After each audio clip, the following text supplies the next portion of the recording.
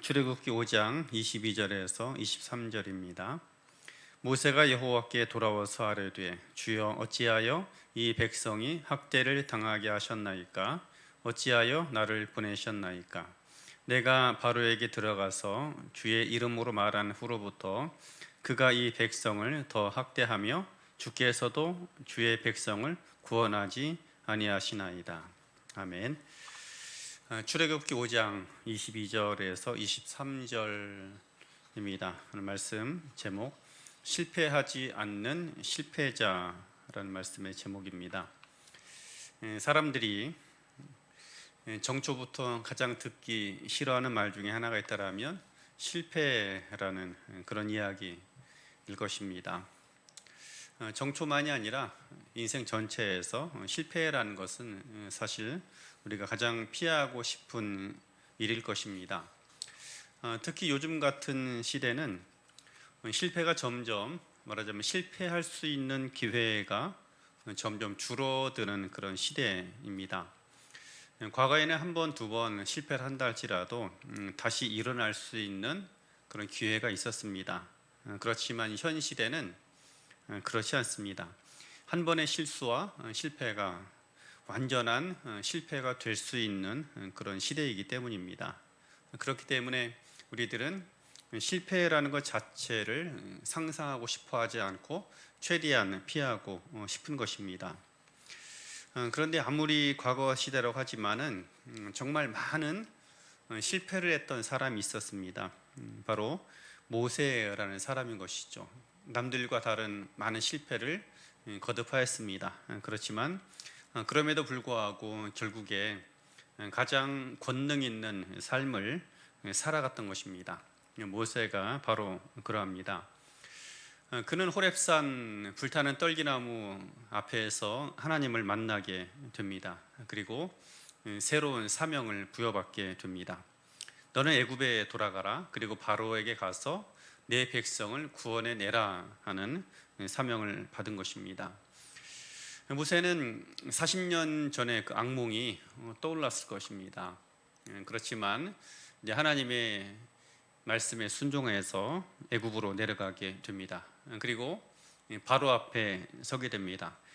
하나님께서 하나님의 백성들을 놓아 보내라 말씀하셨습니다. 그러자 바로는 그것을 단번에 한 칼에 거절합니다. 여호와가 누구이게 내가 그의 말을 듣고 내 백성을 보내겠느냐? 거절한 것이죠.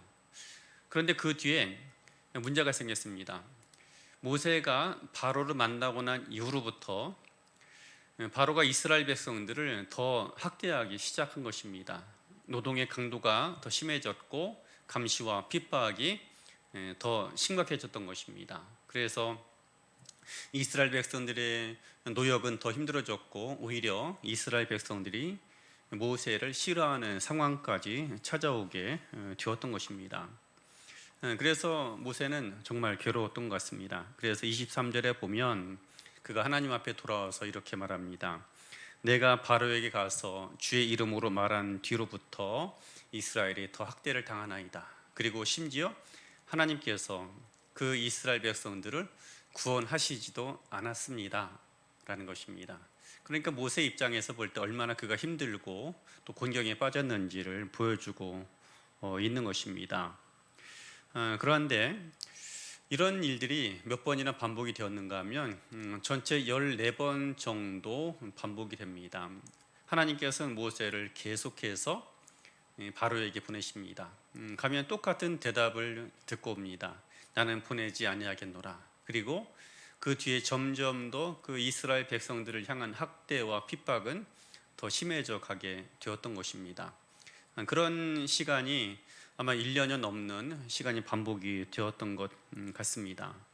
그러니까 한 번만 실패해도 괴로운 것을 똑같은 실패와 또 패배를 14번에 거쳐서 반복하게 되었던 것입니다. 그런데 그런 실패가 반복이 되면 될수록 놀라운 일이 벌어지기 시작합니다. 원래 정상적이면 사람이라는 것은 실패를 반복할 때마다 약해지는 것이 정상입니다. 그런데 놀라운 일이 벌어지기 시작합니다. 모세가 실패를 하면 할수록 모세는 점점 더 강력해지더라 하는 것입니다. 그리고 재미있는 것은 바로는 모세와의 대면에서 이기면 이길수록, 승리하면 승리할수록 그는 점점 더 약해져 가더라 하는 것입니다. 놀라운 일이 생겨나는 것이죠. 원래 승리를 거듭한 사람 입장에서 강해져야 되는 것이 정상입니다. 그런데 이기면 이길수록 점점 약해져 가고 패배를 하면 패배할수록 모세는 더욱더 강해져 가게 되었던 것입니다. 40년 전에만 하더라도 모세는 자신의 힘으로 그 백성을 구원하고자 하는 시도를 했던 사람입니다. 그때 모세에게 어떤 일이 일어났습니까? 단 한 번의 실패 때문에 모세는 모든 것을 잃어버렸습니다. 이집트의 왕자의 신분도 잊어버렸고 도망자가 되어서 무려 미디안 광야에 40년간이나 숨어 있어야만 했던 것입니다. 한 번의 실수와 실패가 그가 가지고 있었던 모든 것을 다 잃어버리게 만들었던 것입니다. 과거에는 한 번의 실패로 인해서 모든 것을 잃어버렸던 사람이 바로 이 모세였던 것입니다. 그런데 지금은 전혀 그렇지 않습니다. 오히려 그가 실패를 반복하면 반복할수록, 패배하면 패배할수록 그는 점점 더 강력해졌다 하는 것입니다. 과연 무엇이 어떤 일이 모세에게 일어난 것이겠습니까? 40년 전에 모세는 자신의 이름으로, 말하자면 자신의 경험과 판단을 가지고 나갔던 것입니다. 그렇지만 40여 년의 지금 지난 이때에는 모세는 하나님의 말씀의 인도하심을 받고 나갔던 것입니다.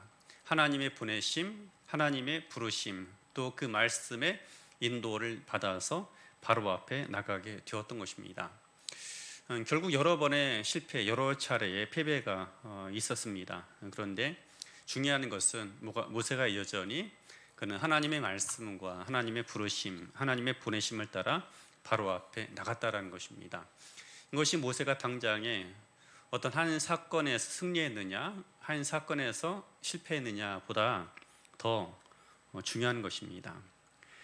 우리들이 말씀의 인도를 받거나 아니면 하나님이 어떤 부르심을 따라 살아간다고 해서 항상 우리에게 승리와 성공만 주어지는 것이 아닙니다. 때때로 예상하지 못한 실패를 반복할 수 있고 좌절하거나 또 낭망하게 되는 순간들이 우리에게 찾아옵니다. 그렇지만 중요한 사실이 하나 있습니다. 하나님께서는 그러한 실패를 언제나 실패 그대로 내버려 두지 않으신다는 것입니다.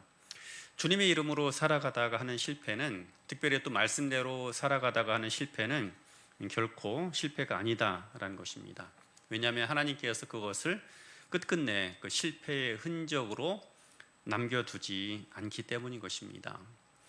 우리들이 예수 그리스도의 십자가 사건을 살펴보아도 그렇습니다.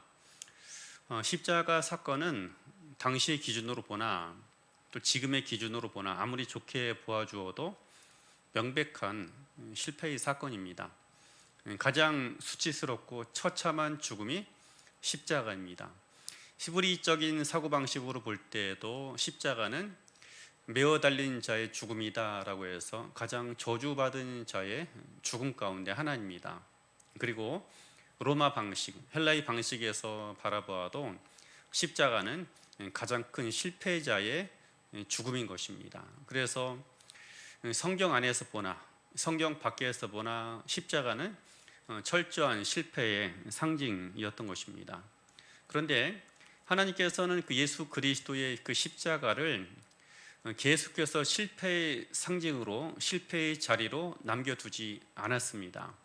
오히려 예수님으로 인해서 그 예수님의 십자가는 모든 사람을 살리는 구원의 상징이 되었던 것입니다. 그리고 더 나아가서 예수께서는 십자가의 처참한 처형과 죽음의 문을 열고 나와서 부활의 생명으로 다시 살아나시게 된 것입니다. 그래서 그 이후로 예수님의 몸에 있었던 십자가의 흔적, 그리고 또 예수님께서 달리셨던 그 십자가는 누구도 그것을 실패의 흔적이다라고 말하지 않습니다. 오히려 하나님의 영광의 승리, 예수 그리스도의 의의 승리의 상징으로 이야기를 하게 되었던 것입니다.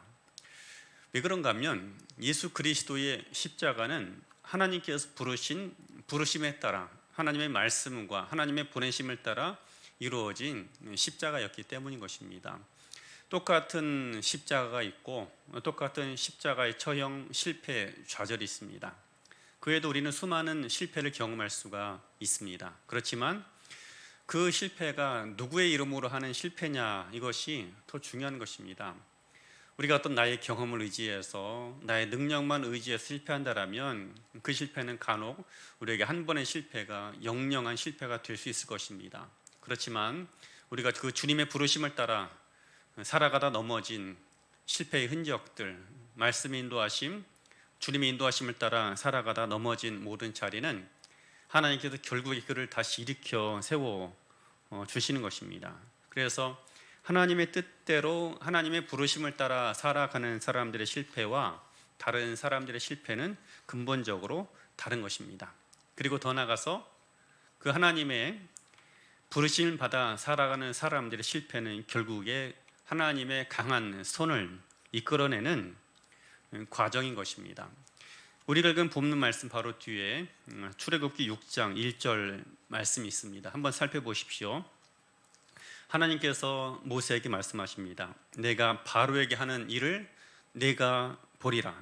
강한 손으로 말미암아 바로가 그들을 내어 보내리라 라고 말씀하죠. 말하자면 이제 내가 바로에게 일을 행할 것인데 나의 강한 손으로 바로를 제압할 것이고 그가 결국에 하나님의 백성들을 내어 보내게 되리라 하는 것입니다. 말하자면 모세가 앞서 반복하는 수많은 실패들은 결국에 하나님의 강한 손을 이끌어내는 그런 과정이 되었던 것입니다.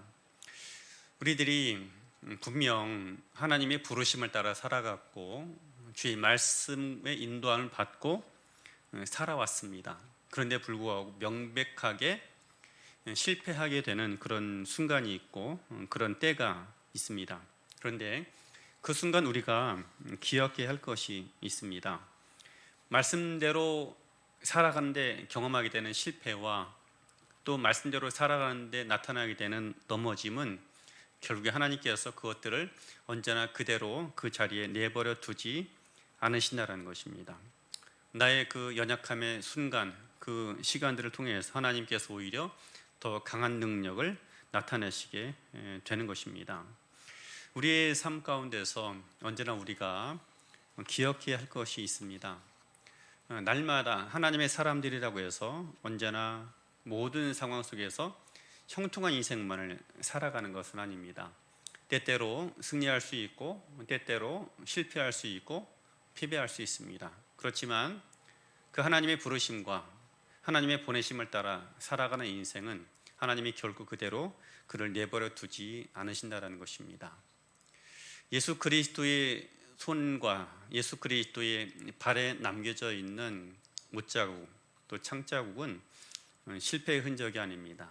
가장 영광스러운 상처요, 그가 바로 예수 그리스도 만왕의 왕이시다라는 표징이 되었던 사건인 것입니다. 그래서 요한계시록에 보면 사도 요한이 어린 양 예수 그리스도를 대면합니다. 그런데 그에 대해서 이렇게 묘사를 하죠. 일찍이 죽임을 당한 것 같은 어린 양이다라고 표현합니다. 말하자면 십자가에 못 박혀 죽임을 당했던 흔적이 남겨져 있는 그런 양이다라는 것입니다. 그가 바로 그리스도요, 그가 바로 온 땅의 주인이시고 온 땅의 왕이시더라 하는 것입니다. 말하자면 예수님의 몸에 난 십자가의 흔적은 결국에 그가 참다운 왕이요 진정한 통치자요 그가 바로 그리스도라는 가장 중요한 표징이 되었던 것입니다.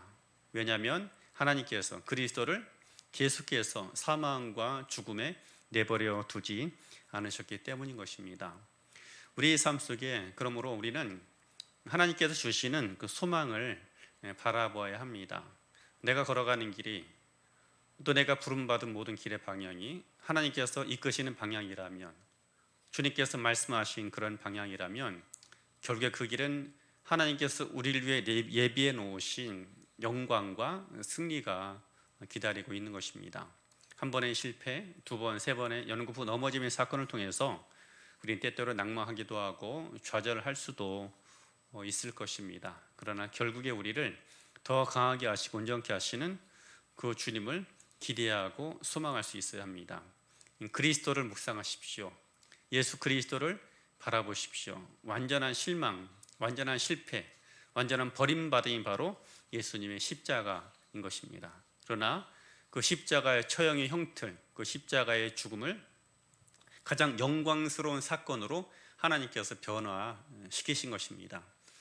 바로 그 예수 안에 있었던 하나님의 사건, 하나님의 권능은 바로 우리를 통해서 나타나고 이루어지게 될 또 하나의 사건인 것입니다. 바라기는 그리스도 안에서 이루어진 일들을 우리가 기억하고 또 소망해야 합니다. 그래서 우리의 삶 속에서 하나님께서 주시는 승리가 있을 때 기뻐하며 또 감사하며 살아가야 합니다. 그러나 때때로 우리가 그 부르심의 길 가운데 살아가다가 넘어지고 실패하는 일이 있다 할지라도 언제나 우리 삶을 스스로 포기해서는 안 되는 것입니다. 왜냐하면 결국에 그 길 가운데서 하나님께서 우리를 다시 일으켜 세우실 것이기 때문입니다. 그 하나님의 승리를 기대하고 소망하고 다시 일으키는 그 하나님의 강한 손길을 경험하고 기대하며 또 살아갈 수 있는 우리 모두가 되어지길 주의 이름으로 축복합니다. 기도하겠습니다.